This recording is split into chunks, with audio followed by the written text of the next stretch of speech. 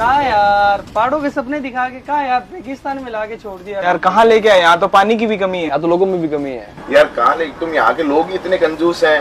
हाँ, अपन जितने जनों को दान दे सारे कंजूस हैं, एक भी रुपया नहीं निकलता। हाँ साहब, कमी तो है बिल्कुल। हम क्या है कि अगर घी के अंदर मक्खी भी मर जाती है ना तो उस पर लगा घी भी नहीं छोड़ते हैं, इतना कंजूस है हम। कैसे? एक बात बताता हूँ आपको।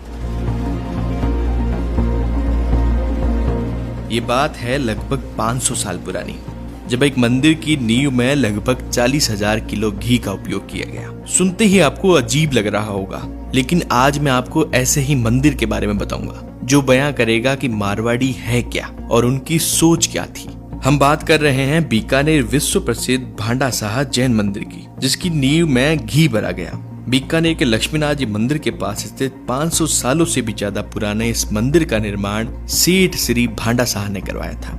इसी वजह से इसका नाम पड़ा भांडा साहा जैन मंदिर। इस मंदिर में भगवान सुमतिनाथ की बड़ी ही सुंदर मूर्ति है। सेठ भांडा साहा के कई व्यापार थे, उनमें से एक व्यापार घी का भी था। और एक दिन सेठ जी अपनी दुकान पे बैठे थे और मंदिर के निर्माण को लेकर मंदिर के सूत्रधार यानी कि कॉन्ट्रैक्टर से बात कर रहे थे। उसी समय एक मक्खी घी के टीन में गिरकर मर गई। सेठ जी की नजर जब उस मक्खी पर पड़ी तो उन्होंने अंगुली से उस मक्खी को निकालकर अपनी जूती पर रख लिया। जब मक्खी पर लगा घी जूती पर लग गया तो सेठ जी ने उसे हटा दिया और मक्खी को निकालते समय अंगुली से जो घी जमीन पर गिरा था उसे उठाकर भी अपनी जूती पर रगड़ लिया। जब उस कॉन्ट्रैक्टर ने यह देखा तो मन में विचार करने लगा कि जो आदमी घी के 4 छींटों के लिए इतना लोभ करता है वह इतना बड़ा मंदिर कैसे बनवाएगा। थोड़े दिन बाद जब नींव भरने का समय आया तो कॉन्ट्रैक्टर ने सेठ जी को कहा, यदि आप चाहते हैं कि मंदिर बहुत लंबे समय तक चले तो इसकी नींव में घी व खोपरा डालना पड़ेगा। सेठ जी ने बिना समय लगाए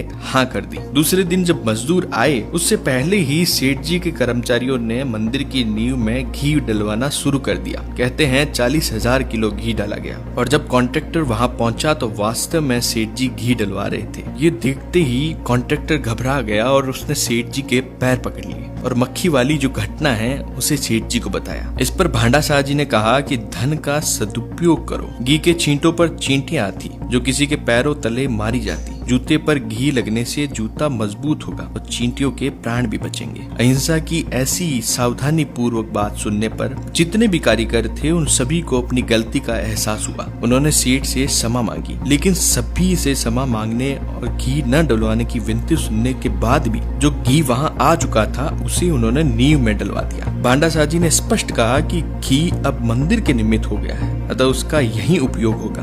अब आपको तो पानी की चिंता करने की भी जरूरत नहीं है।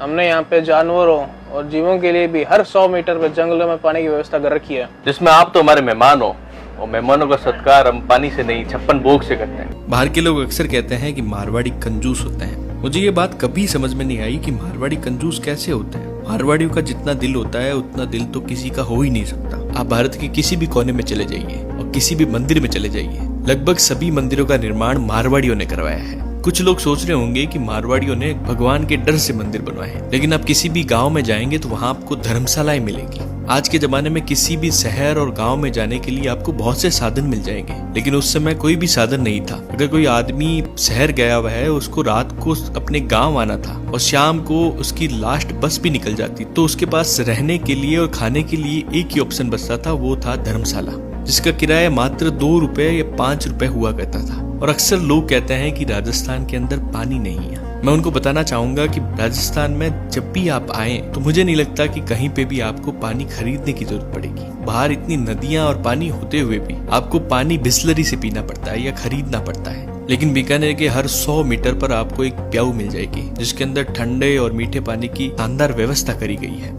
और अगर आप यहाँ के रेगिस्तान के जंगल में जाएंगे तो हर 2 किलोमीटर से भी कम दूरी पर जानवरों के लिए भी पानी की व्यवस्था करी गई है। और राजस्थान में जब भी आप घूमेंगे तो आपको हजारों हवेलियां दिखाई देंगी। वो सारी हवेलियां खाली है, जिस और हम एक मकान के लिए पूरा जीवन लड़के निकाल देते हैं, लेकिन मारवाड़ियों ने इतनी बढ़िया और इतनी शानदार हवेलियों को छोड़ दिया बस इसीलिए कि उन्हें और आगे बढ़ना था और आगे बढ़कर लोगों की सेवा में हमेशा आगे रहना था।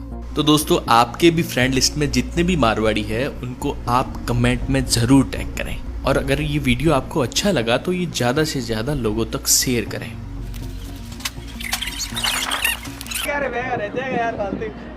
बैग अंदर है ना, एक और किसका बैग अपने रोल लेके, अरे रोल तो छोड़ तू